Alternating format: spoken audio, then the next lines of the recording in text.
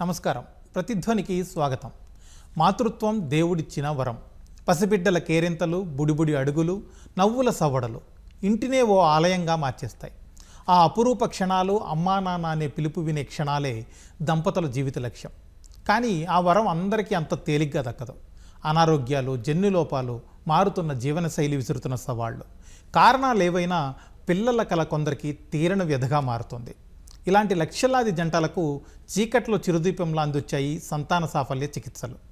IVF, IUI, surrogacy లాంటి పద్ధతులు సంతానాలేమి జంటలకు కొత్త ఆశలు కల్పిస్తున్నాయి. కానీ ప్రతి ఆశ వెనుక ఓ అపాయం ఉన్నట్లే ఇక్కడ కొందరు దారి తప్పిన డాక్టర్లు, దళారీలు ఫేక్ ఐవీఎఫ్, సరోగసీ సెంటర్లతో ఘోరాలకు పాల్పడుతున్నారు. అపసృష్టి చేయడమే కాదు, శిశు విక్రయాలు చేస్తున్నారు. ఈ చీకటి కోణాన్నే మరోసారి చర్చకు పెట్టింది హైదరాబాద్ యువి వర్సల్ సృష్టి ఐవీఎఫ్ ఉదంతం. ఈ కేసు అందిస్తున్న ప్రశ్నలు, నేర్పుతున్న పాఠాలేంటి? ఇదే అంశంపై నేటి ప్రతిధ్వని. మన చర్చలో పాల్గొంటున్నవారు డాక్టర్ ప్రీతిరెడ్డి గారు, సంతాన సాఫల్యత నిపుణురాలు, రెయిన్బో హాస్పిటల్ హైదరాబాద్. స్రవంతి గాదిరాజు గారు, కన్సల్టెంట్ గైనకాలజిస్ట్ హైదరాబాద్ నుంచి. అలాగే డాక్టర్ బి కీర్తి గారు, కైలాస్ సత్యార్థి ఫౌండేషన్ ప్రతినిధి విజయవాడ. ప్రీతిరెడ్డి గారు, సరోగసీ లేకపోతే ఐవీఎఫ్ అంటే ఏంటి అసలు? ఈ చికిత్సతో భాగంగా ఏం చేస్తారు? ఎలా వాళ్ళు ట్రీట్మెంట్ సాగుతుంది? ఐవీఎఫ్ అంటే ఇన్ విట్రో ఫర్టిలైజేషన్. ఇది మనకి ఇప్పుడు ప్రజెంట్గా ఉన్న ఫర్టిలిటీ ట్రీట్మెంట్స్లో maximum most advanced form of treatment.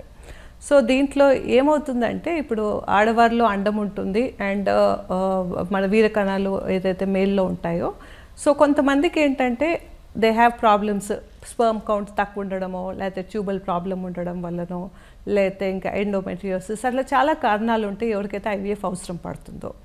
So ఐవీఎఫ్లో injections అనేవి ఇచ్చి అండంని, దాని సైజు, దాని గ్రోత్, అది క్వాలిటీ పెంచేసి అది బయటికి తీసుకోవడం జరుగుతుంది. అంటే ఓవరీస్ నుంచి అనెస్థీషియా ఇచ్చేసి ఒక స్మాల్ చిన్న పద్ధతి, ఊసైట్ రిట్రీవల్ అంటాము, ఎగ్ రిట్రీవల్ అంటాము. దాని ద్వారా ఈ ఎగ్స్ అనేవి బయటికి తీసుకొని హస్బెండ్ స్పర్మ్ కూడా తీసుకొని ల్యాబ్లో ఆ రెండింటిని ఫర్టిలైజ్ చేస్తాం. ఫర్టిలైజ్ చేసిన తర్వాత ఒక 3 to 5 days ల్యాబ్లో ఉంచేస్తాం. సో అప్పుడు పిండం అనేది తయారవుతుంది. అది Day 3 or Day 5 అనే టర్మినాలజీస్ ఉంటాయి. ఆ తయారైన పిండంని తీసుకొని మళ్ళీ దాన్ని గర్భంలో బ్యాక్ పెట్టేస్తాం. దాన్ని ఎంబ్రియో ట్రాన్స్ఫర్ అంటాం. So this is basic IVF treatment. అంటే ఇది సరగసీ అంటే ఇదే పిండంని తీసుకొని అది వేరే వాళ్ళ గర్భంలో పెడితే దాన్ని సరగసీ అంటాం. సో కొంతమంది ఆడవాళ్ళకి ప్రాబ్లం ఉంటుంది, లైక్ వాళ్ళకి యూట్రస్ లేకపోవడమో, లేకపోతే ప్రెగ్నెన్సీ దాల్చితే వాళ్ళకి హెల్త్ రిస్క్స్ రావడమో, కార్డియాక్ ప్రాబ్లమ్స్, లేకపోతే వాళ్ళకి కాంట్రా ఇండికేషన్ ఉంటుంది ప్రెగ్నెన్సీ కంటిన్యూ చేయడానికి, లేదు మిస్క్యారేజెస్ అవుతున్నా సరే, ఒక 3-4 మిస్క్యారేజెస్, ప్రతిసారి ప్రెగ్నెన్సీ రావడము, నిలవకపోవడము, అలాంటి ఇష్యూస్, లేదు ఐవీఎఫ్ చేసాము, ప్రతిసారి పిండం పెడుతున్నాము అయినా నిలవట్లేదు. సో అలాంటి వాళ్ళకి మనం సరగసీ అడ్వైస్ చేస్తాం. సో ఐవీఎఫ్ ట్రీట్మెంట్లోనే ఒక భాగం అనేది సరగసీ. ఎక్కడైతే మనము ఆ తయారైన పిండము వైఫ్ గర్భంలో పెట్టకుండా వేరే వాళ్ళ గర్భంలో పెట్టడంని మనం సరగసీ అంటాం. Okay madam. స్రవంతి గారు, ఇప్పుడు ఒకప్పటితో పోల్చితే ఈ సంతాన సాఫల్య చికిత్సల అవసరము, విస్తృతి బాగా పెరుగుతూ వస్తుంది. కారణాలు ఏంటి మేడం? మెయిన్ కారణాలు ఏంటండి? మెయిన్ ఏజ్ ఎప్పుడు పెళ్ళిళ్ళు ఎప్పుడు చేసుకోవాలి, ఆ టైంకి చేసుకోవట్లేదు. చదువులు అంటున్నారు, కెరియర్ అంటున్నారు, సెటిల్ అవ్వాలంటున్నారు, పిల్లల కోసం డబ్బులు సంపాదించాకంటున్నారు. ఇలా రకరకాల కారణాల వల్ల మెయిన్ పెళ్ళి పోస్ట్పోన్ చేస్తున్నారు. పోనీ పెళ్ళి తర్వాత వెంటనే ప్రెగ్నెన్సీస్ తెచ్చుకుంటున్నారా అంటే కాదు, దానికి కూడా కారణాలు. దాని తర్వాత లేట్ అయిపోవడము, అదే కాకుండా ఇప్పుడు ఉండే రకరకాల పొల్యూషన్స్లో, స్ట్రెస్ లెవెల్స్లో విపరీతమైన health problems, obesity is one of the main problem. అది కాకుండా హార్మోనల్ ఇంబ్యాలెన్స్, మీరు వింటూ ఉంటారు, పీసీఓడి అనేది చాలా ఎక్కువగా ఉంది ఇప్పుడు. ఎవరికి టీనేజర్స్ నుంచి చూస్తే అదే ప్రాబ్లం. ఎక్కువ ఇన్ఫర్టిలిటీ వాళ్ళు పీసీఓడితో ప్రాబ్లంతో బాధపడుతున్నారు. సో ఈ ఇన్ఫర్టిలిటీ అంటే పిల్లలు కొని పుట్టించే కెపాసిటీని కోల్పోతున్నారనమాట. దానివల్ల ఇలాగా మనకి ఐవీఎఫ్లు, ఐయుఐలు అనేది ఆర్టిఫిషియల్ టెక్నిక్ టెక్నిక్స్కి వెళ్ళాల్సి వస్తుంది. మనము ప్రైమరీ కాజ్ ఏంటి, పెళ్ళి, పిల్లలు, ప్లానింగ్ అవన్నీ పర్ఫెక్ట్గా చేసుకోవాలి. అవి కాకుండా ఇప్పుడు ఎలా ఉంది అని అంటే మనం తినే తిండి నుంచి తాగే నీరు, పీల్చే గాలి అన్నిటిల్లో కూడా పొల్యూషన్. దానివల్ల అండము, స్పర్మ్ ఇప్పుడు ఏవైతే ఉన్నాయో 2 ఇంపార్టెంట్ కణాలు 2 తొందరగా దెబ్బతింటున్నాయి. అందువల్ల అండము యొక్క క్వాలిటీ తగ్గిపోతుంది, అలాగే స్పర్మ్ క్వాలిటీ తగ్గిపోతుంది. అవి కాకుండా షుగర్ అని, బీపీ అని, థైరాయిడ్ అని తొందరగా అటాక్ అవుతున్నాయి. జీవన శైలి, లైఫ్ స్టైల్ డిజార్డర్స్ ఇవన్నీ. అంటే లైఫ్ స్టైల్ మోడిఫికేషన్ చేసుకోవాలి అని మనం అందుకని అంత గట్టిగా మాట్లాడుతున్నాం. వీటన్నిటిని మనం అరికట్టగలిగి రెగ్యులర్ ఎక్సర్సైజ్ చేసుకొని, డైటరీ చేంజెస్ చేసుకొని, టైంకి పెళ్ళిళ్ళు, ప్లాన్డ్ ప్రెగ్నెన్సీస్ అవి చేస్తే ఈ ఇన్ఫర్టిలిటీ అనేది మనం బాగా తగ్గించుకోవచ్చు. ఒక 10-15 ఏళ్ళుగా చూస్తే విపరీతంగా వచ్చేసిన ఇన్ఫర్టిలిటీ సెంటర్స్. ఎందుకంటే ఈ ఇన్ఫర్టిలిటీ కపుల్స్ అనే వాళ్ళు ఎక్కువైపోతున్నారు. అందులో వాళ్ళకు ఉండే జీవన శైలిలో ఇద్దరు టైంకి కలవడం, అంటే ఏదైతే అవసరమో ఇంటర్ కోర్స్ అనేది టైంకి ఉండకపోవడం, ఇతను మార్నింగ్ షిఫ్ట్ ఉంటే ఆమె నైట్ షిఫ్ట్ ఉండడము, ఇవి కూడా కొన్ని కారణాలు. అవి కాకుండా they are losing interest on the sex also. అంటే భార్యాభర్త కలవడము అనేది ఇప్పుడు ఒక పెద్ద మెకానికల్ అయిపోయింది. ఇంతకుముందు అంత ఇష్టంగా ఉండే భార్యాభర్తలు ఒక శృంగారము అనేది ఒక పార్ట్ ఆఫ్ జీవితం ఉండేది. ఇప్పుడు అది కూడా ఇంట్రెస్ట్ లేదు. అంత ఎప్పుడు చూసినా పరిగెత్తుడు లైఫ్. అలాగా టైంకి కలవకపోవడం వల్ల కూడా ప్రెగ్నెన్సీస్ బాగా తగ్గిపోయేసి ఇన్ఫర్టిలిటీ కపుల్స్ ఎక్కువైపోతున్నారు. దానివల్ల మనము వీటికి పరిగెత్తేసేసి ఇలాంటి తలనొప్పులు తెచ్చుకోవాల్సి వస్తుంది. స్రవంతి గారు, ఇప్పుడు కరెక్ట్ ఏజ్ అంటే అమ్మాయిల్లో, అబ్బాయిల్లో ఏ ఏజ్కి పెళ్లి చేసుకుని ప్రెగ్నెన్సీ తెచ్చుకుంటే ఇలాంటి సమస్యలు రాకుండా ఉండే అవకాశం ఉంది? మెచ్యూరిటీ ఏజ్ అండి 24 is the ideal age for అమ్మాయి. అట్లీస్ట్ 26, లేదు అబ్బాయి 26-28. బిఫోర్ 30 ఇయర్స్ ఒక ప్రెగ్నెన్సీ అయిపోవాలి, ఒక బేబీ. దాన్ని చైల్డ్ బేరింగ్ ఏజ్ అంటాం. ఆ టైంలో హార్మోన్స్ కానీ, అండం కానీ, స్పర్మ్ కానీ చాలా బాగుంటాయి, హెల్దీగా ఉంటాయి. ఏజ్ అయ్యే కొద్దీ, అంటే ఇప్పుడు ఏంటి 30 ఏళ్ల తర్వాత పెళ్ళిళ్ళు, 34-35 తర్వాత ప్రెగ్నెన్సీస్, కొంతమంది 40 తర్వాత ప్రెగ్నెన్సీస్, అండము లేదు, హార్మోన్స్ లేవు, వీళ్ళకి ఇంట్రెస్ట్ లేదు. So time of age 24 to 26 అమ్మాయిలు పెళ్ళైన తర్వాత మ్యాక్సిమం ఒక 1 year they want to have the personal life. తర్వాత ప్లాన్ చేసుకోండి. 25-26 మ్యాక్సిమం 27కి ఒక బేబీ అయిపోతుంది. 2 to 3 years గ్యాప్ ఇవ్వండి, ఇంకో బేబీని ప్లాన్ చేసుకోండి. ఇట్స్ లైక్ 2 ప్యారలల్గా వెళ్ళాలి. కెరియర్ తర్వాత పిల్లలు అనేది కాదు, ఇట్ ఈజ్ ఎ లైఫ్, ఒకటే జీవితం. దీనిలోనే మనం అన్ని ప్యారలల్గా బ్యాలెన్స్ చేసుకోవాలి. చదువుకుంటూ మనం ఎలాగా అయితే ఇంతకుముందు అన్ని రకాలుగా చేసుకునే వాళ్ళము, ఇప్పుడు కూడా అంతే. ఒకదాని తర్వాత ఒకటి అనేది కానే కాదు. సైమిల్టేనియస్గా చక్కగా ప్లాన్ చేసుకోండి. చదువుకుంటూ మేబీ ఒక 1 year 2 years డిలే అవ్వచ్చు కెరియర్లో, బట్ బేబీస్ మనకి ఎటువంటి ఇబ్బంది లేకుండా హెల్దీ బేబీస్ని తీసుకురావచ్చు. 30 తర్వాత ఆరోగ్యకరమైన ఎగ్ ఉండదు, ఆరోగ్యకరమైన స్పర్మ్ ఉండదు, మళ్ళీ అదొక టెన్షన్స్, బేబీ ఎలా పుడతారో, ఎటువంటి అనారోగ్యాలు అవుతాయను. So timely marriage, timely pregnancy, that to planned pregnancy, this solves the problem. Keerthi గారు, ఇప్పుడు హైదరాబాద్ కేంద్రంగా వెలుగు చూసిన ఈ యూనివర్సల్ సృష్టి ఐవీఎఫ్ సెంటర్ చీకటి కోణం ఏదైతే ఉందో అది సంధిస్తున్న ప్రశ్నలు, అలాగే మనకు నేర్పుతున్న పాఠాలు ఏంటి? మనకి జూలై 30వ తారీఖు ప్రపంచ మానవ ఆక్రమణ వ్యతిరేక దినోత్సవం. అంటే హార్డ్లీ 2 days ఉందండి. ఇందులో మనం చూసిన ఒక చీకటి కోణం పిల్లల అక్రమ రవాణా జరుగుతోంది అనేది మాత్రం క్లియర్గా మన DNA టెస్ట్ ద్వారా అది బయటపడింది. సో దీనిలో చూసిన చీకటి కోణాల్లో నా దృష్టిలో చెప్పాలి అంటే, ఒకటి, పిల్లలు లేకపోవడం అనే దాన్ని ఒక ఆపర్చునిటీగా తీసుకుని ఈ చీకటి కోణాలలో వ్యాపారం చేయడం అనేది జరుగుతోంది. ప్రతి డాక్టరు కూడా హిపోక్రటిక్ ఓత్ తీసుకుంటారు. మేము అన్ని విలువలతో కూడిన ప్రాక్టీస్ చేస్తాము, మానవులకి ఇవి హెల్ప్ చేస్తాము అని చెప్పి. కానీ అది క్లియర్ కట్గా జరగకపోవడం అనేది కనిపిస్తోంది.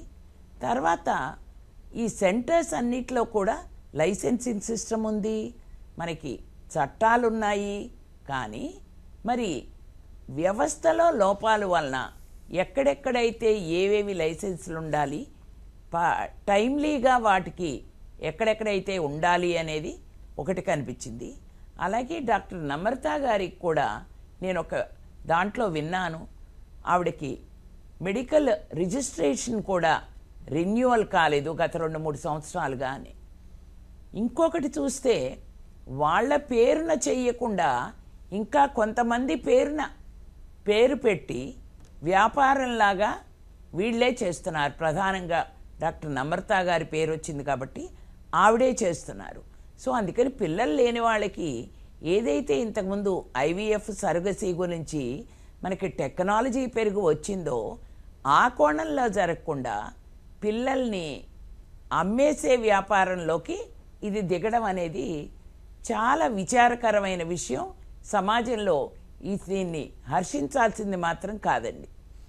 కీర్తి గారు, ఇప్పుడు దీని నుంచి సమాజంలోని దంపతులు కాకపోవచ్చు, పిల్లలు పుట్టని వాళ్ళు, వీళ్ళందరూ ఏం నేర్చుకోవాలంటారు? ముఖ్యంగా ఏంటంటే దంపతులుగా ఉన్నవాళ్ళు ఈ డెలివరీ పెయిన్సా టైం స్పేర్ చేసి ప్రెగ్నెన్సీ వచ్చేటట్టుగా వాళ్ళు చేసుకోవడము అనేది చాలా ప్రధానం. ఇందాక చెప్పారు, ఇది ఒక ఇమోషనల్ ఫ్యాక్టర్. ప్రెగ్నెన్సీ రావడం అనేది, ఇంటర్కోర్స్ అనేది, దాని మీద కాన్సన్ట్రేట్ చేయాలి. అలాగే పిల్లలు పుట్టడానికి అవకాశం లేని వాళ్ళు ఎవరైనా గనక ఉంటే గనక వాళ్ళు హడావిడి పడిపోయి, ఇప్పుడు ఇందాక ఈ కేసులో ఇప్పుడు పైకి వెలుగులోకి వచ్చిన కేసులో 30-40 లక్షల దాకా ఖర్చు పెట్టారు. వాళ్ళు ఒక ఆరాటంతో వెళ్ళిపోయి అక్కడ అంత ఖర్చు పెట్టేశారు. నాకు తెలుసు, మా దగ్గర పనిచేస్తున్న ఒక స్టాఫే ఆ అమ్మాయికి పిల్లలు పుట్టలేదు. పుట్టకపోతే ఐవీఎఫ్ ద్వారా ఆ పిల్లలు పుట్టారు. ఆ పాపకి సంవత్సరం అయింది, ట్విన్స్ పుట్టారు. ముందులో కొంచెం హెల్దీగా లేరు, ఇప్పుడు పిల్లలు, ఫ్యామిలీ అందరు చాలా బాగున్నారు. అందుకని తొందరపడిపోయి చేసే బదులు ఎక్కడ ఏం చేస్తున్నారు అనేది తల్లిదండ్రులు, భార్యాభర్తలు ఇద్దరూ కూడా పిల్లల్ని కనే దగ్గర చేయలేనప్పుడు ఈ విషయాల్ని మాత్రం చూసుకోండి. ఏగా జరుగుతోంది అనేది ప్రజల్లో తెలుసుకోవడం చాలా కష్టం.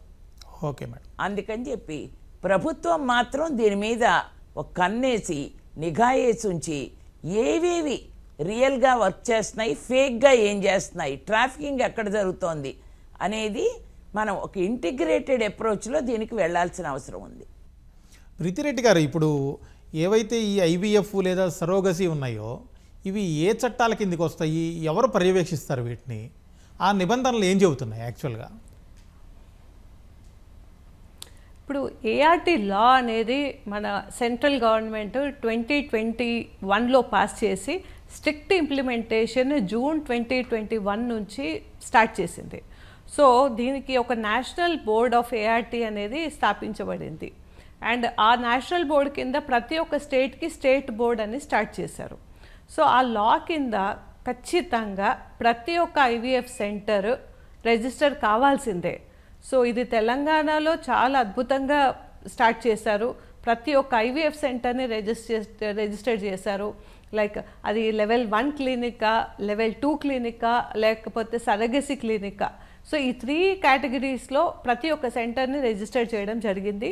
అండ్ ఖచ్చితంగా ఎలా ఉండాలి అంటే ఒక ఐవీఎఫ్ సెంటర్కి కావాల్సిన ఇన్ఫ్రాస్ట్రక్చర్ ఏంటి, ఒక డాక్టర్కి ఉండాల్సిన క్వాలిఫికేషన్స్ ఏంటి, దాంట్లో ఎంబ్రియాలజిస్ట్కి ఎలాంటి క్వాలిఫికేషన్స్ ఉండాలి, కౌన్సిలింగ్కి ఎలా ఉండాలి, ఎలాంటి కన్సెంట్స్ మనం తీసుకోవాలి, ఎలాంటి ఇన్ఫర్మేషన్ మనం పేషెంట్స్కి ఇవ్వాలి ఈ ట్రీట్మెంట్స్కి ముందుకు వెళ్ళే వాళ్ళకి. సో ఎవ్రీథింగ్ చాలా క్లారిటీగా ఆ లాలో మెన్షన్ చేస్తుంది. ఏ ఏజ్ వాళ్ళకి మనం చేయాలి ఈ ట్రీట్మెంట్స్, ఏ ఏజ్ వాళ్ళకి మనం చేయకూడదు, దీంట్లో ఒకవేళ మనం ఈ లా పాటించకపోతే పనిష్మెంట్స్ ఎలా ఉంటాయి, ఎలాంటి డాక్యుమెంటేషన్, ఎలాంటి రికార్డ్స్ మెయింటైన్ చేయాలి అనేది చాలా క్లియర్గా మెన్షన్ చేస్తుంది. సో ఇప్పుడు గవర్నమెంట్ నిజంగా చెప్పాలి అంటే చాలా అగ్రెసివ్గా దీన్ని ఎవ్రీ 6 months మన డైరెక్టర్ ఆఫ్ మెడికల్ ఎడ్యుకేషన్ వీళ్ళు కానీ ఎవ్రీ 6 months ఈ ఏఆర్టీ క్లినిక్స్లో ఉన్న హెడ్స్ని అందరినీ పిలిచి డైరెక్షన్స్ ఇస్తున్నారు. ఏమైనా డౌట్స్ ఉంటే చెప్పమని క్లారిఫై చేస్తున్నారు. అండ్ ఎవ్రీ మంత్ డేటా తీసుకుంటుంది. సో వాళ్ళ సైడ్ నుంచి ఈ లాని మాత్రం చాలా స్ట్రిక్ట్గా ఇంప్లిమెంట్ చేయడానికి ప్రయత్నం చేస్తుంది. బట్ ఇలా చేసినా కూడా ఇంకా కొన్ని సెంటర్స్లో ఇట్లాంటి ఇన్సిడెంట్స్ జరగడం అనేది వెరీ వెరీ అన్ఫార్చునేట్. సో ఇప్పుడు సరేగేసి కూడా చూసుకుంటే సరేగేసి క్లినిక్స్ అన్నీ ప్రతి ఒక్క ఐవీఎఫ్ సెంటర్ సరేగేసి సెంటర్ కాదు. సరేగేసి క్లినిక్కి స్పెషల్ పర్మిషన్స్ అవసరం. సో దాదాపుగా చూసుకుంటే చాలా తక్కువ సెంటర్స్ ఉన్నాయి హైదరాబాద్లో ఏవైతే సరేగేసి ట్రీట్మెంట్స్ ప్రొవైడ్ చేస్తున్నాయో. సో వాళ్ళకి కూడా క్లారిటీగా ఉంది ఎలాంటి వాళ్ళకి సరేగేసి ట్రీట్మెంట్స్ అవసరము, ఎవరు సరగేట్ కావచ్చు. So essentiality certificates, eligibility certificates, court నుంచి పేరెంటేజ్ సర్టిఫికేట్, వాళ్ళ మెడికల్ ఏంటంటే హెల్త్ హిస్టరీ అండ్ ప్రతిదీ ఒక సరగేట్ లైఫ్ టైంలో ఒకసారి ఇవ్వగలగాలి. తన ఏజ్ గ్రూప్ 25 to 35. సో ఇలాంటి స్పెసిఫికేషన్స్ చాలా క్లారిటీగా ఉన్నాయి. ఎవరికైతే సరగేసి కావాలో వాళ్ళకి ఆల్రెడీ అంటే పిల్లలు ఉండకూడదు, ఏదైనా ఫిజికలీ హ్యాండిక్యాప్డ్ ఉంటే చైల్డ్ పర్లేదు, కానీ they should not have any child bearing ఉండకూడదు. సో ఇలాంటివి వెరీ స్పెసిఫిక్. అండ్ ఎవరికైతే సరగేసి కావాలో వాళ్ళు ఈ స్టేట్ బోర్డ్ ఏదైతే ఉందో, స్టేట్ బోర్డ్ ఫర్ ఏఆర్టీ అంటాము, అక్కడ నుంచి they have to get certificates, they have to get permission from that ART board. So ఒక్కసారి ఆ పర్మిషన్స్ వచ్చిన తర్వాత అప్పుడు వాళ్ళు ఇక్కడ సరగేసి సెంటర్కి వస్తారు. వచ్చిన తర్వాత అక్కడ ప్రొసీజర్ అనేది మొదలవుతుంది. సో ఇన్ని సిస్టమ్స్ ఉండి మనకి ఇంత పేపర్ వర్క్ ఉండి ఇన్ని పర్మిషన్స్ అయిన తర్వాత కూడా ఇలాంటివి జరుగుతున్నాయంటే this is absolutely very very surprising మనకి. ప్రీతి గారు, ఇప్పుడు ఈ కేసు ఏదైతే ఉందో హైదరాబాద్లో బయటకు వచ్చింది, ఇలాంటి కేసెస్లో చట్ట ప్రకారం ఎలాంటి చర్యలు తీసుకుంటారు వాళ్ళ మీద? దీంట్లో లా ప్రకారం అయితే డిపెండింగ్ ఏ అఫెన్స్ ఎంత జరిగింది అనే దాన్ని బట్టి పనిష్మెంట్స్ దాంట్లో క్లారిటీగా రాశారు. So it either could be 5 years jail to 10 years jail or ఫైనాన్షియల్గా ఇప్పుడు ఫైన్ కూడా ఉంది 10 lakhs to 25 lakhs. So based on the offence which has been అంటే డన్, దాన్ని బట్టి the state board ART will take a call. Okay Sravanthi గారు, ఇప్పుడు ఏ పరిస్థితుల్లో ఉన్నవాళ్ళు ఈ సంతాన సాఫల్య చికిత్సలు తీసుకోవచ్చు, అలాగే ఎలాంటి అర్హత ఉన్నవాళ్ళు ఇట్లాంటి ట్రీట్మెంట్ చేయొచ్చు? అసలు మరి ఇదేంటో ఎట్లయిపోతుంది అంటే, ఒకటి ఉంది మాకు ఇన్ఫర్టిలిటీ, అంటే పిల్లలు లేకపోవడం అనేదాన్ని ఇన్ఫర్టిలిటీ అంటాం. దాన్ని అసలు ఎప్పుడు డిక్లేర్ చేయాలి? ప్రైమరీ ఇన్ఫర్టిలిటీ, సెకండరీ ఇన్ఫర్టిలిటీ అని 2 రకాలు ఉంటాయి. అంటే ఫస్ట్ ఒక బేబీ ఉన్నా లేకపోతే అబార్షన్స్ ఉన్నా అయినా కూడా కాకపోతే దాన్ని సెకండరీ ఇన్ఫర్టిలిటీ అంటారు. అలాగే 1 సంవత్సరం రోజులు భార్యాభర్తలు పిల్లలు కావాలి అని కరెక్ట్గా ప్రయత్నం చేసి, అంటే వాళ్ళకి ఎటువంటి వ్యాధులు లేకుండా, ఎటువంటి ఇబ్బందులు లేకుండా హెల్దీగా వాళ్ళు కరెక్ట్గా, అంటే మెన్స్ట్రువల్ సైకిల్స్ అంటే పీరియడ్స్ కరెక్ట్గా రావడము, వేరే ఎటువంటి హెల్త్ ఇబ్బందులు లేకుండా ఉండి 1 year వాళ్ళు సెక్షువల్గా యాక్టివ్గా ఉండి పిల్లలు కావాలనుకున్నా కూడా కాకపోతే అప్పుడే మనం వాళ్ళని ఇన్ఫర్టిలిటీ కపుల్ అనాలి. ఇప్పుడు ఉండే వాళ్ళకి ఎలా ఉంది అని అంటే అంతా హడావుడే. అసలు కొంతమంది అయితే నెల అయి ఉంటుంది అంతలోనే వచ్చేస్తారు. ఎందుకంటే స్ట్రెస్ లెవెల్స్ బయట చూస్తున్నామండి. మా ఫ్రెండ్కి ఆల్రెడీ 15 years అయిపోయింది పెళ్ళి, ఇంకా పిల్లలు లేరు, 2 years అయింది, ఎందుకైనా మంచిదని మేము ఇప్పుడే వచ్చేస్తున్నాము అంటే ఇలాంటి వాళ్ళ ఆలోచనని, ఇలాంటి వాళ్ళ స్ట్రెస్ని కొంతమంది క్యాష్ చేసుకోవాలనుకుంటున్నారు. So please couples and general పీపుల్కి ఏదైతే చెప్పదలుచుకున్నాను అంటే, మీకు అంత హడావిడి లేదు. 99% మీకందరికీ న్యాచురల్గానే పిల్లలు అవుతారు. అందరూ హెల్దీ కపుల్. మీరు చూడండి, మన 20th century ముందు చూడండి, ఎక్కడ చూసినా పిల్లలు, ఒక్కొక్కరికి 10 మంది 15 మంది పిల్లలు ఉండేవాళ్ళు. ఇప్పుడు ఎందుకు అంత కష్టపడాలి, ఎందుకు అంత హడావిడి పడాలి? మీరు టైమ్లీ చదువుకుంటున్నారు, మీకు మంచి నాలెడ్జ్ ఉంది, యు నో ఎవ్రీథింగ్, అన్ని లాస్ తెలుసు, యాక్ట్స్ తెలుసు, ట్రీట్మెంట్స్ తెలుసు, మీరు వచ్చేటప్పుడే గూగుల్ కూడా చూసుకొని వస్తున్నారు. మరి అలాంటి వాళ్ళకి మీకు నాలెడ్జ్ ఎందుకు లేదు? ఇన్ఫర్టిలిటీ అని ఎందుకు పరిగెడుతున్నారు? టైంకి పెళ్లి చేసుకోండి, టైంకి ప్లాన్ చేసుకోండి. కాదు అంటే కౌన్సిలింగ్కి రండి, మాకు ఇప్పుడు పిల్లలు కావాలనుకుంటున్నాము, ఏం జాగ్రత్తలు తీసుకోవాలో, లేదు ఎటువంటి ఆహారం తినాలో అవి అడగండి. అంతేగాని డైరెక్ట్గా ఫర్టిలిటీ సెంటర్స్కి వెళ్ళిపోయి మాకు ఐవీఎఫ్ చేయండి, మాకు టైం లేదు, మాకు టెన్షన్గా ఉంది అని అడగద్దు. బికాజ్ మీకు అందరికీ ఎలిజిబిలిటీ క్రైటీరియా అంటే మీ ఏజ్, మీ లోపల ఉండే ఎగ్ క్వాలిటీ, స్పర్మ్ క్వాలిటీ అవన్నీ కూడా మనం చెక్ చేసుకోవచ్చు. అన్నిటికీ మీరు ఫర్టిలిటీ సెంటర్స్కి వెళ్ళిపోయి మాకు ఇప్పుడే చేసేసేయండి అడగద్దు. దయచేసి మీరు ఆ స్ట్రెస్ లెవెల్స్ తగ్గించుకోండి. మీరు టైంకి మంచిగా ఆహారం తిని, పొల్యూషన్ తగ్గించుకొని, స్ట్రెస్ లెవెల్స్ తగ్గించుకొని, భార్యాభర్త మంచి అవగాహనతో ప్లాన్ చేసుకుంటే చక్కగా ప్రెగ్నెన్సీస్ వస్తాయి. Natural pregnancies are always the best. ఎలాగైతే నార్మల్ డెలివరీస్ బేబీస్కి ఎంత మంచిదో అలాగే నార్మల్ ప్రెగ్నెన్సీస్ చాలా చాలా మంచిది మనకి. బేబీస్ పెరుగుదల కానీ తల్లి యొక్క ఆరోగ్యం కానీ బాగుంటుంది. ఎక్కువ మందులు ఇచ్చుకోవడం, ఇంజెక్షన్స్ ఇచ్చుకోవడం అవి కూడా అవసరం ఉండదు. సో మీకు ఏమైనా డౌట్స్ ఉంటే ఒక డాక్టర్కి, మీకు తెలిసిన డాక్టర్ని వచ్చి కన్సల్ట్ అవ్వండి, మీకు ఇది అని. సో ఎప్పుడైతే మనకి సెంటర్స్ అవసరం పడుతుంది అనేది మీకు normal gynaecologist, first normal doctor అంతే, ప్రతిదానికి మన స్పెషలిస్ట్ అవసరం లేదు. మీ ఫ్యామిలీ డాక్టర్స్ అని ఉంటారు, లేకపోతే మీ చుట్టుపక్కల డాక్టర్స్ ఉంటారు, లేకపోతే గవర్నమెంట్ డాక్టర్స్ ఉన్నారు, మీకు ప్రాపర్గా గైడ్ చేస్తారు. ఫస్ట్ అక్కడికి వెళ్ళండి. అక్కడ నుంచి మీకు ఫెయిల్యూర్ అవుతూ ఉంది, నార్మల్గా కాలేదు అంటే దే విల్ టెల్, వాళ్ళు చెప్తారు మీరు ఎప్పుడు ఫర్టిలిటీ సెంటర్స్కి వెళ్ళాలి, మీకు ఏ ప్రాబ్లం వల్ల మీరు అక్కడికి వెళ్ళాలి, దాంట్లో కూడా మీకు ఎటువంటిది అంటే రికగ్నైజ్డ్ వాళ్ళని రెఫర్ చేస్తారు. మీరు డైరెక్ట్గా వెళ్తే మీకు తెలియదు కదా అవి రికగ్నైజ్డ్ హాస్పిటల్సా, అన్ని లైసెన్స్లు ఉన్నాయా. ఇప్పుడు ప్రీతి గారు చెప్పారు ఎంత ఉంది లా, ఎంత పకడ్బందీగా ఉంది, పేపర్ మీద అంత పకడ్బందీగా మనం అన్ని చేసినా అది ఆచరణలోకి వచ్చేసరికి అది అవ్వట్లేదు. అంటే ఎందుకని, మీరు అంటే గుడ్డిగా ఎక్కడికంటే అక్కడికి, ఎవరో మా ఫ్రెండ్ చెప్పాడు అక్కడ అయిపోయింది అని చెప్పి వెళ్ళిపోతున్నారు ఈజీగా, తొందరగా. అంటే డబ్బులు ఎక్కువ ఖర్చు కాకుండా అయిపోవాలనుకుంటున్నారో లేకపోతే అమాయకంగా మోసపోతున్నారో, అవసరం లేదు. మీ హెల్త్ మీరు కరెక్ట్గా కానీ ప్లాన్ చేసుకుంటే హెల్దీ బేబీస్ న్యాచురల్గానే వస్తారు. కీర్తి గారు, ఇప్పుడు అయితే సృష్టి ఐవీఎఫ్ కేసులో 2021లోనే ఆమెకు సంబంధించి లైసెన్సులన్నీ రద్దయిపోయాయి. అయినా కూడా ఇన్నేళ్లుగా ఆమె హాస్పిటల్ నడిపిస్తూనే ఉన్నారు, చికిత్సలు చేస్తున్నారు. దీన్ని ఎలా అర్థం చేసుకోవాలి, లోపం ఎక్కడుందంటారు? ఒకటండి, ఆవిడకి సుమారుగా ఒక 3-4 ఏళ్ల క్రితమే ఆవిడకి లైసెన్సులన్నీ కూడా క్యాన్సిల్ అయినాయి. అప్పుడు ఆవిడ కొన్ని లీగల్ కాంప్లికేషన్స్ కూడా ఎదుర్కొన్నారు. కానీ మళ్ళీ ఈ 3-4 ఏళ్ళుగా ఆవిడ బయటకు వచ్చిన దగ్గర నుంచి మళ్ళీ అన్నీ జరుగుతూనే ఉన్నాయి. అంటే మన వ్యవస్థలో లోపం, మన విజిలెన్స్లో లోపం ఉంది. ఎందుకంటే ఎక్కడైతే ఇందాక చెప్పారు ప్రీతి గారు, లైసెన్సులు ఉండాలి, ఈ ప్రాసెస్ ఉండాలి, డాక్టర్స్కి సర్టిఫికేషన్ ఉండాలి, ఇవన్నీ చెప్పారు. కానీ అవన్నీ ఎందుకు జరగలేదు అంటే మనకి రిజిస్ట్రేషన్స్ అవన్నీ ఎలా జరుగుతున్నాయి, ఎవరి పేరున జరుగుతున్నాయి అనేది కూడా చాలా ఇంపార్టెంట్. ఫిజికల్గా ఒక వ్యక్తి, ఒక డాక్టర్ వచ్చి చేయొచ్చు, కానీ ఎవరి పేరున ఇవి రిజిస్టర్ అయినాయి అనేది కూడా ఇంపార్టెంట్. తర్వాత దీనిలో ఆవిడ డాక్టర్ నమ్రత గారిది మెడికల్ రిజిస్ట్రేషను, ఈ సెంటర్ రిజిస్ట్రేషను, ఇవన్నీ కూడా జరుగుతూ ఇంప్లిమెంట్ అవుతూ ఉన్నా కూడా ఇందులో ల్యాప్సెస్ మనం గమనించలేదు అంటే వ్యవస్థల్లో మనం ఇంకా ఇంప్రూవ్ చేసుకోవాల్సింది చాలా ఉంది. ఎందుకంటే కొన్ని వందల మంది, వేల మంది ఇన్ఫర్టిలిటీ వాళ్ళు ఈ ఫర్టిలిటీ క్లినిక్స్కి వెళ్తున్నారు. వాళ్ళందరినీ మోసం చేస్తున్నట్టు, చీట్ చేస్తున్నట్టు. అలాగే సెకండ్ సైడు చైల్డ్ ట్రాఫికింగ్ అనేది జరుగుతోంది. ఇందులో పిల్లలని అక్రమ రవాణా చేసి పిల్లల్ని అమ్మేస్తున్నారు. మానవ అక్రమ రవాణా అనేది ఒక అఫీషియల్గా డాక్టర్ లాగా ఉన్న కొంతమంది చేస్తూ ఉంటే, ఇది మనం డాక్టర్గా ఉన్న ప్రాక్టీస్ చేస్తున్న, అలాగే ఐవీఎఫ్ సెంటర్స్కి కూడా అన్నిటినీ కూడా ఒక క్రమబద్ధకలో ఎంత గవర్నమెంట్ చేస్తూ ఉన్నా ఇంకా లోపాలని సరిదిద్దుకోవాల్సింది చాలా ఉంది అనేది మనకి గుర్తు చేస్తోంది ఈ విషయం మాత్రం.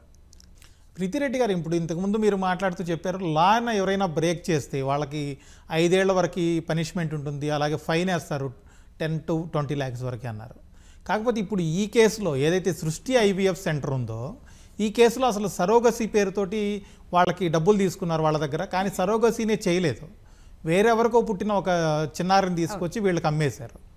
ఇలాంటి మాల్ ప్రాక్టీస్లకు ఎలాంటి చర్యలు తీసుకుంటారో, అలాగే ఎలాంటి శిక్షలు పడే అవకాశం ఉంది? ఇప్పుడు ఈ పర్టికులర్ అఫెన్స్ చూస్తే మటుకు ఇది చాలా మ్యాక్సిమం అఫెన్స్ అయితే జరిగింది ఇక్కడ.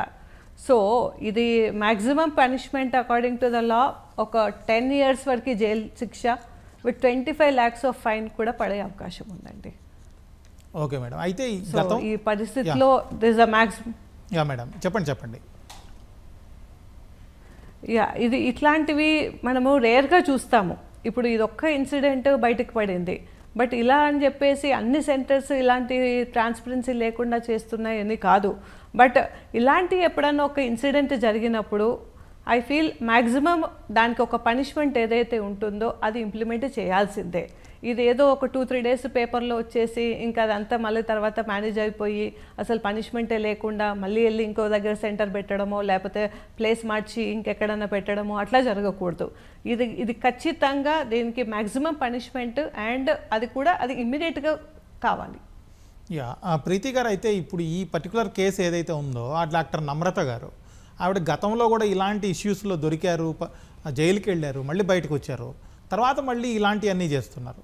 అక్కడ ఆవిడ ఎందుకు మళ్ళీ శిక్ష పడిన తర్వాత కూడా మళ్ళీ ఇలాంటివి చేస్తున్నారు అనుకోవచ్చు. అలాగే చట్టంలో ఎక్కడ లోపాలు ఉన్నాయి, ఆవిడ ఎలా ఈ చట్టాన్ని మ్యానిపులేట్ చేసి ఈ విధంగా నడిపిస్తున్నారు సెంటర్ని? ఇప్పుడు ఇదంతా మనం ఏదైతే లాస్ ఇవన్నీ మాట్లాడుతున్నామో ఇది జస్ట్ ఒక 3 ఇయర్స్ నుంచే ఇంప్లిమెంటేషన్ స్టార్ట్ అయిందండి. సో ఇంతకుముందు అసలు surrogacy was the most unregulated field మన ఇండియాలో.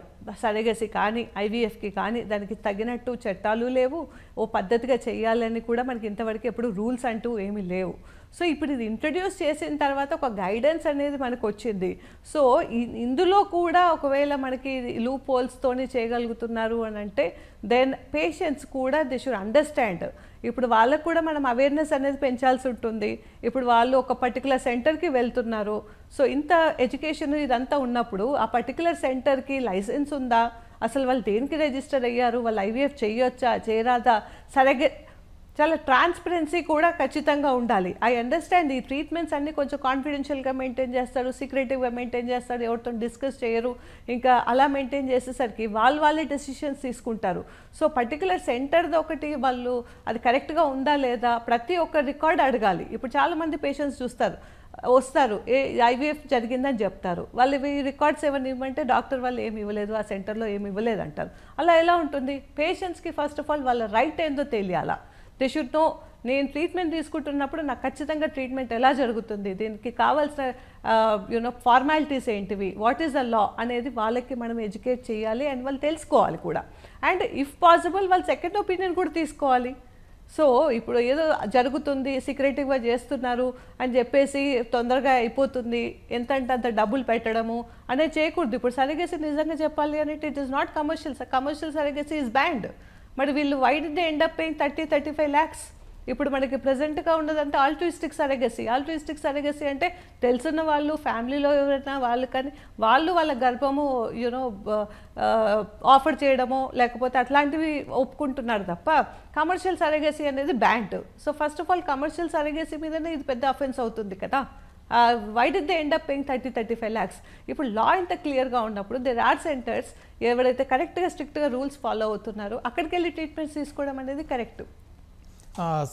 ప్రీతి గారు, అలాగే ఇప్పుడు మీరు చెప్పినట్టుగా పేషెంట్స్ ఎవరైతే ఉన్నారో వాళ్ళు సరోగసీ సెంటర్ కావచ్చు, ఐవీఎఫ్ సెంటర్, వీటికి సంబంధించి ఎలాంటి అంశాలను పరిశీలించాలి, అవి ఉంటే ఎలాంటి సర్టిఫికేట్లు ఉంటే అవి ఖచ్చితమైనవిగా ప్రభుత్వం నుంచి పర్మిషన్ ఉన్నవిగా భావించవచ్చు అంటారు?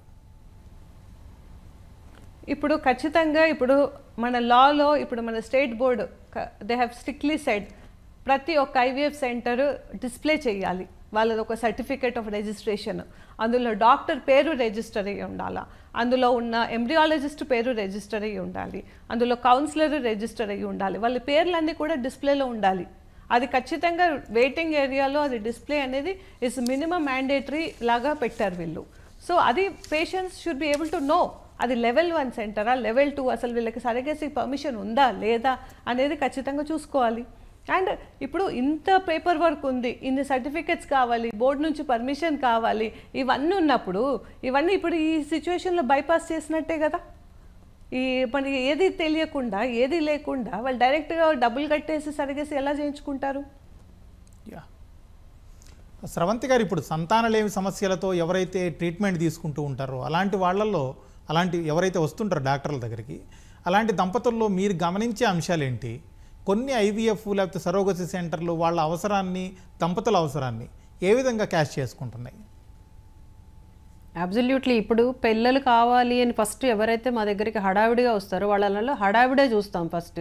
ఎందుకంటే మా అక్కకి పిల్లలు కాలేదో, లేకపోతే మా పక్కింటి వాళ్ళకు డిలే అయింది, ఈ టైప్ ఆఫ్ యాంగ్షియస్నెస్ వాళ్ళల్లో.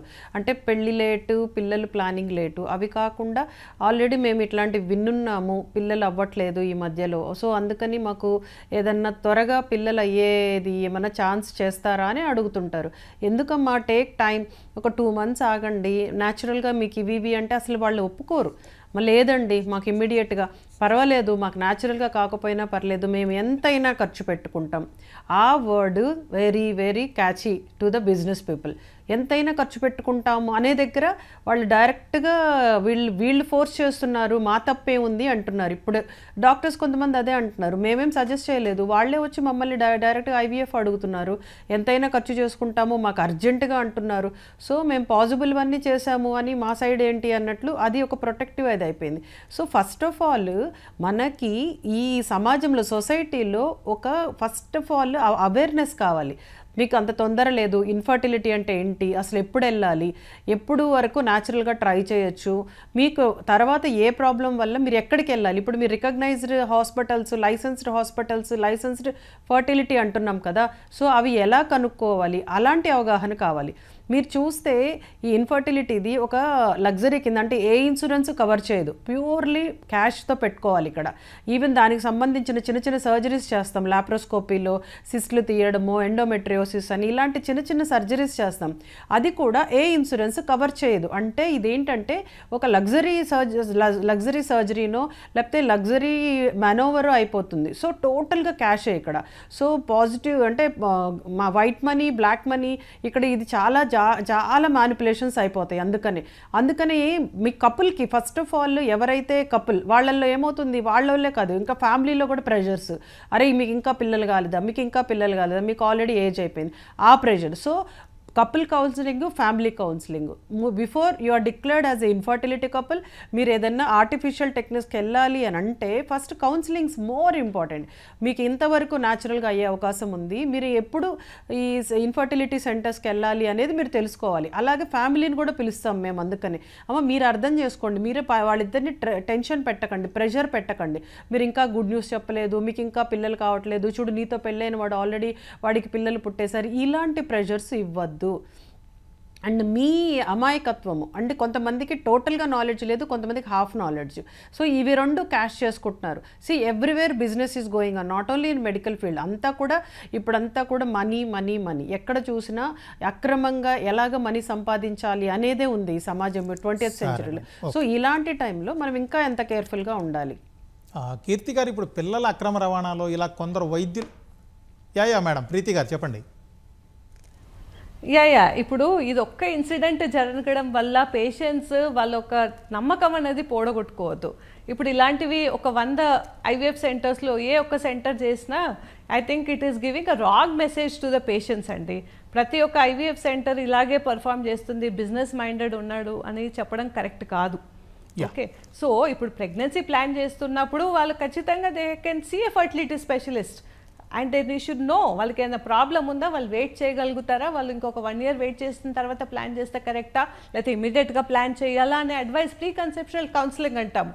సో ప్రీ కన్సెప్షనల్ కౌన్సిలింగ్ ఖచ్చితంగా తీసుకోవాలి. ఎవరైతే పెళ్ళి అయిన తర్వాత ప్లాన్ చేయొద్దు అనుకుంటున్నాము, లేకపోతే ఇంకా టైం తీసుకుందాం అనుకుంటున్నాము, లేకపోతే ఇప్పుడు కొంతమంది గర్ల్స్ మేము ఇప్పుడు పెళ్లి చేసుకోదలుచుకోలేదు, 30 తర్వాత చేసుకుంటాము, 35 తర్వాత చేసుకుంటాము, అప్పుడు వాళ్ళ ఏజ్ వల్ల ఛాన్సెస్ తగ్గిపోతాయని. సో వాళ్ళకు కూడా ఆప్షన్స్ ఉన్నాయి, they can go for other technology like oocyte freezing. So ఇప్పుడు వాళ్ళకి ఏదైతే ఉందో ఇన్ఫర్మేషన్ ఉండిన తర్వాత డెసిషన్ తీసుకుంటే కరెక్ట్. సో ఐ థింక్ అన్ని సెంటర్స్ ఇట్లా ఉన్నాయి అని చెప్పేసి ఒక ట్రస్ట్ ఫ్యాక్టర్ అనేది పోకూడదు. సో ఆల్ ఐవీఎఫ్ సెంటర్స్ అలా లేవు. There is lot of transparency, lot of counselling what we do. So I think ఏదో ఒక ఇన్సిడెంట్ వల్ల we can't generalise that every centre is like that. Keerthi గారు, ఇప్పుడు పిల్లల అక్రమ రవాణాలో ఈ విధంగా కొందరు వైద్యులు కావచ్చు, లేకపోతే సంతాన సాఫల్య కేంద్రాలు కావచ్చు, ఈ విధంగా వ్యవహరిస్తున్నప్పుడు ఎలాంటి చట్టపరమైన నియంత్రణలు ఉండాలి, పర్యవేక్షణ ఏ విధంగా ఉంటే బాగుంటుంది అంటారు?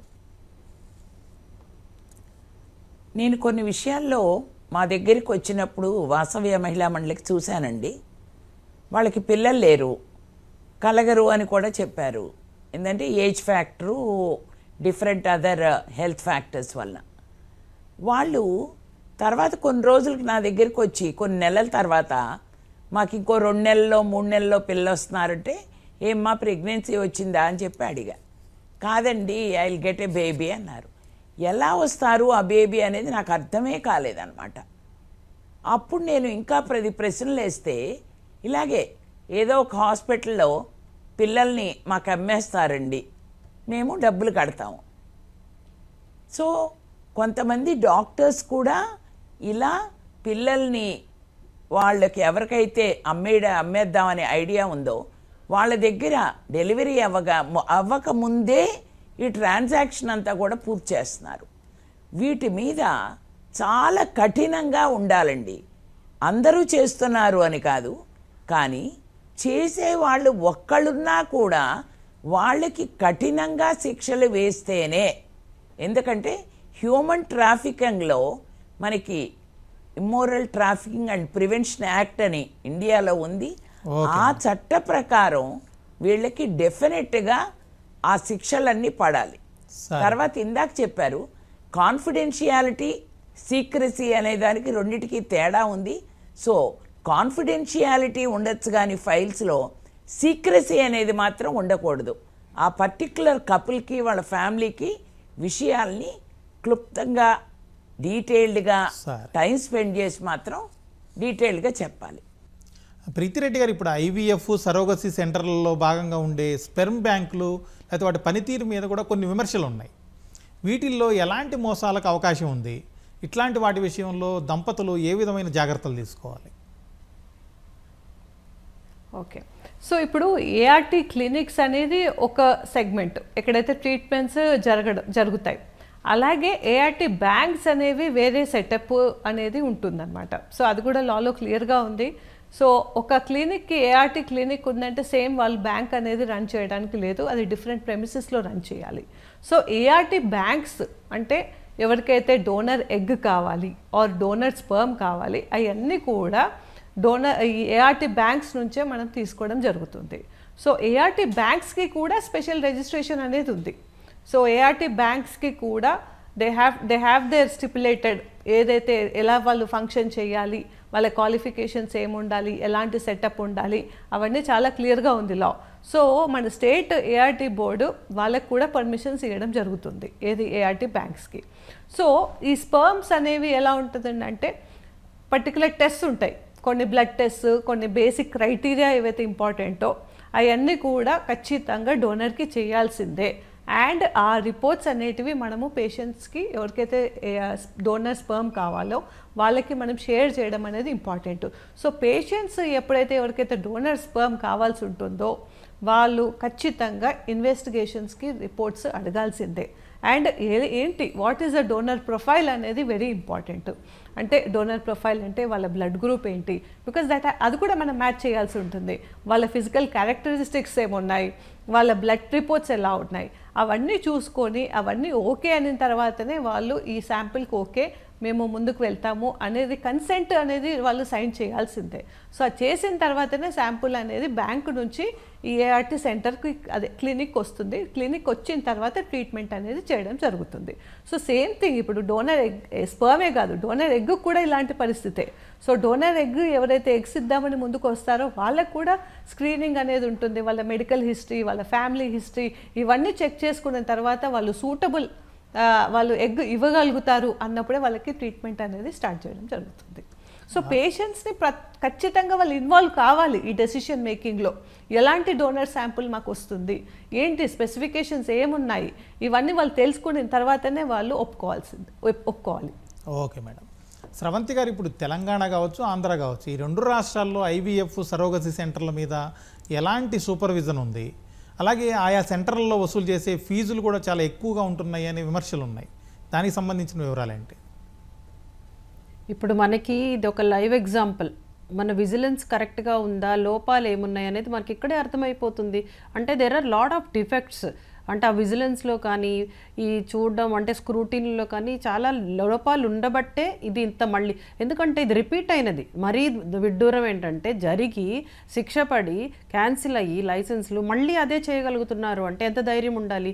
నేను అన్ని సెంటర్స్ అట్లే ఉంటారని కాదు, బట్ ఒక దానివల్ల అందరికీ ఒకలాంటి ఫోబియా వచ్చేసింది. నాకు ఈ గత 2 రోజుల్లో ఎంతమంది కాల్స్ చేశారు, ఇప్పుడు మా బేబీ IVF ద్వారా వచ్చింది, మేము DNA టెస్ట్ చేసుకోవాలా, చేసుకుంటే ఏమొస్తుందో అని భయంగా ఉంది మేడం అంటే ఫ్యామిలీ ఫ్రెండ్ లాగాను వెల్ విషర్ లాగాను అడుగుతున్నారు. వాళ్ళల్లో ఒకలాంటి మానసిక ఆందోళన స్టార్ట్ అయిపోయింది. అంటే ఆ విజిలెన్స్ అనేది లోపం ఉంది అనేది అందరికీ అర్థమైపోయింది. So everybody are in doubt, ఇప్పుడు మేము ఏం చేయాలి. అలాగే ఛార్జెస్ విషయంలో వస్తే దెర్ ఈజ్ నో అంటే ఫిక్స్డ్ ఛార్జెస్ అంటే దీనికింత అని ఎక్కడా లేదు. ఎవరికి ఇష్టం వచ్చినంత వాళ్ళు కోట్ చేసుకోవచ్చు, ఎందుకంటే దానిపైన నియంత్రణ లేదు. బికాజ్ ఆల్ అంటే మనకి ఏమైనా బిల్ ప్రొడ్యూస్ అవుతుందా లేకపోతే మనం ఏమన్నా అన్ని వైట్ అట్లా కాదు కదా ఇక్కడ. సో ఎవరికి ఎంత కావాలి అంటే ఇక్కడ పేషెంట్ వాళ్ళ అవసరాన్ని బట్టి దీంట్లో కూడా రకరకాలు ఉంటాయి, ఇక్సీలు అన్ని రకరకాలు. సో దాన్ని బట్టి వసూలు చేస్తూ ఉన్నారు, దీనిపైన కూడా నియంత్రణ లేదు. సో మనకేంటంటే ఇప్పుడు పేపర్ మీద లాలో ఇన్ని ఇవ్వడం కాదు, ఇన్ని రూల్స్ అండ్ రెగ్యులేషన్స్ ప్రోటోకాల్స్ ఇన్ని ఉన్నాయి ఓకే, బట్ ఇంప్లిమెంట్ చేయండి. ఇంప్లిమెంట్ చేస్తే ఇలాంటి పొరపాట్లు జరగవు. అది కూడా ఎలా అంటే చాలా సెన్సిటివ్ ఇష్యూ, అంటే ఎమోషనల్ కదా బేబీ అనేది. ఆ ఎమోషనల్ని వాళ్ళు ఇప్పుడు ఎంత అంటే చాలామంది ఆ ఫోన్లు చేసి అడుగుతున్నప్పుడు నాకు అసలు ఏం సమాధానం చెప్పాలో అర్థం కావట్లేదు. ఏం గ్యారంటీ మేడం, ఎట్లా జరిగి ఉంటుందో మేడం, ఏంటంటే క్వశ్చన్స్ అడుగుతున్నారు. సో ఆ ఎమోషనల్గా మనము వాళ్ళని చాలా డిస్టర్బ్ చేసినట్టు అయిపోయాము. ఒక్క ఉదంతంతో ఎంతో మందిని ఇప్పుడు మనం కన్ఫ్యూజన్ స్టేట్లో పెట్టాము. సో ఇట్లా జనరల్ పబ్లిక్ని మనం ఇంత బాధ పెట్టడము యాజ్ ఏ డాక్టర్స్, మనం మీ మేడం చెప్పారు ఓ తీసుకొని మేము డాక్టర్స్ అయ్యాము. దయచేసి ఇలాంటివి జరగకుండా ఫ్యూచర్లో అయినా కూడా మనకి విజిలెన్స్ పెరిగి జాగ్రత్తగా నియంత్రణ కానీ పెట్టగలిగితే వీటి నుంచి తప్పించుకోవచ్చేమో. నేను ఇంకొక సజెషన్ ఏంటంటే గవర్నమెంట్లో కూడా గవర్నమెంట్ హాస్పిటల్స్లో కానీ మనం ఇన్ఫర్టిలిటీ వర్కప్ కానీ మనం మెరుగ్గా చేయగలిగితే it is a cost, definitely cost effective కాదు అయినా కూడా ఎంతవరకు చేయగలం గవర్నమెంట్ కానీ ఆ దృష్టితో కానీ చేయగలిగితే కొంచెం మనం ఇలాంటివి మనం తప్పించవచ్చు. బికాజ్ గవర్నమెంట్ సెక్టర్లో ఆల్రెడీ కొన్ని స్టార్ట్ చేశారు కానీ వాటిని ఇంకా ముందుకు తీసుకెళ్లాల్సిన అవసరం అయితే చాలా ఉంది. సో ఈ విధంగా కూడా గవర్నమెంట్ నుంచి సహాయం అవసరం. కీర్తి గారు, ఇప్పుడు ఈ సృష్టి IVF సెంటర్ ఏదైతే ఉందో దీనికి సంబంధించిన ఈ కేసును చూసిన తర్వాత దీని గురించి జరుగుతున్న ఈ చర్చ మొత్తం 2 రాష్ట్రాల్లో ఏమేమి పరిస్థితులు ఏర్పడుతున్నాయి ఇవన్నీ చూసిన తర్వాత సంతానం కోసం చికిత్సల్ని ఆశ్రయించే జంటలు చట్టబద్ధంగా కావచ్చు నైతికంగా కావచ్చు ఎలాంటి జాగ్రత్తలు తీసుకోవాలంటారు? ఒకటేంటంటే వాళ్ళకి అసలుకి చట్టబద్ధత నైతికత ఉన్న వాటికి ఎలా అప్రోచ్ అవ్వాలి అనేది మన సోషల్ మీడియా ద్వారా చాలా ఎక్కువగా ఈ విషయం వెళ్ళాలండి. లేకపోతే ఇందాక చెప్తున్నారు ఫోబియా, భయం అనేది క్రియేట్ అవుతోంది. భయం కాదు కావాల్సింది, విషయ పరిజ్ఞానం అనేది ఇంపార్టెంట్. సో అక్కడ మనం మీడియాని ఎక్కువగా ఈ విషయాల మీద ప్రచారం చేయాలి. నెగిటివ్గా జరిగిన విషయం మీద ఎంత చేస్తున్నామో అంతకంటే కూడా రాబోయే తరాలకి ఈ విషయం మీద చెప్పాలి. అలాగే మనకి రూరల్ ఏరియాస్లో అర్బన్ ఏరియాస్లో ఉంటున్నారు, వీళ్ళకి మనకు పొదుపు సంఘాలను ఉంటున్నాయి, అయితే కార్పొరేట్స్ ఉంటున్నాయి, గవర్నమెంట్ ఆఫీసులు ఉన్నాయి. వీళ్ళందరికీ కూడా అవగాహన, ప్రాపర్ అవగాహన టైమ్లీగా వాళ్ళకి తెలియజేయడం అనేది చాలా ఇంపార్టెంట్. దీంతోపాటు ఏవైతే ఇప్పుడు ఫర్టిలిటీ క్లినిక్స్ కానీ సర్వీస్ ఇవి కానీ ఉన్నాయో చట్ట ప్రకారం ఇవి ఉన్నాయా లేదా అనేది చేస్తూ ఇండియన్ మెడికల్ అసోసియేషన్ అనే ఒక బాడీ ఉంది. ఆ బాడీ కూడా చాలా యాక్టివ్ పార్ట్ తీసుకోవాలి. తీసుకుని ఎందుకంటే ఇది డాక్టర్స్కి నైతికతకి చాలా దెబ్బతీస్తోంది ఈ ఇష్యూ మాత్రం. అందుకని ఇండియన్ మెడికల్ అసోసియేషన్ వాళ్ళు దీనిలో ప్రముఖమైన పాత్ర వహించి డాక్టర్స్లో నైతికత పెంచేటట్లుగా ఎలా చేయాలి, ఇలా ఇన్సిడెంట్స్ జరిగినప్పుడు ఏం చేయాలి అనే దాని మీద వాళ్ళు కూడా కొన్ని నిబంధనలు ఉండుంటాయి. ఆ నిబంధనల్ని అమలవుతున్నాయా లేదా అనేది చూసుకోవాలి. ప్రభుత్వంలో కన్వర్జెన్స్ మోడ్లో ఎక్కడెక్కడైతే ఏ డిపార్ట్మెంట్లు చట్టం ప్రకారం ఉన్నాయో వాటన్నిటినీ మాత్రం కూలంకషంగా ఒక్కసారి తెలంగాణ ఆంధ్ర రాష్ట్రాల్లో మనం చెయ్యాలండి. ప్రీతి గారు, ఇప్పుడు ఇట్లాంటి కేసులు మళ్ళీ రాకూడదంటే ప్రభుత్వం ఏ విధంగా కఠినంగా వ్యవహరించాలి? కొంచెం బ్రీఫ్గా చెప్పండి మేడం, తక్కువ టైం ఉంది. ఇప్పుడు రెగ్యులర్ ఇన్స్పెక్షన్స్ అనేవి చేయాలి. ఇప్పుడు ఎస్టాబ్లిష్ అయితే చేయగలిగారు లాని, బట్ అది ఎంతవరకు ఇంప్లిమెంట్ అవుతుంది అనేది ఖచ్చితంగా వాళ్ళు రెగ్యులర్ ఇన్స్పెక్షన్స్, రెగ్యులర్గా రికార్డ్స్ చెకింగ్ ఇలాంటివి అనేది ఖచ్చితంగా I think government has to pay attention to. Okay madam, thank you. ఇది వాళ్ళ ప్రతిధ్వని. నమస్కారం.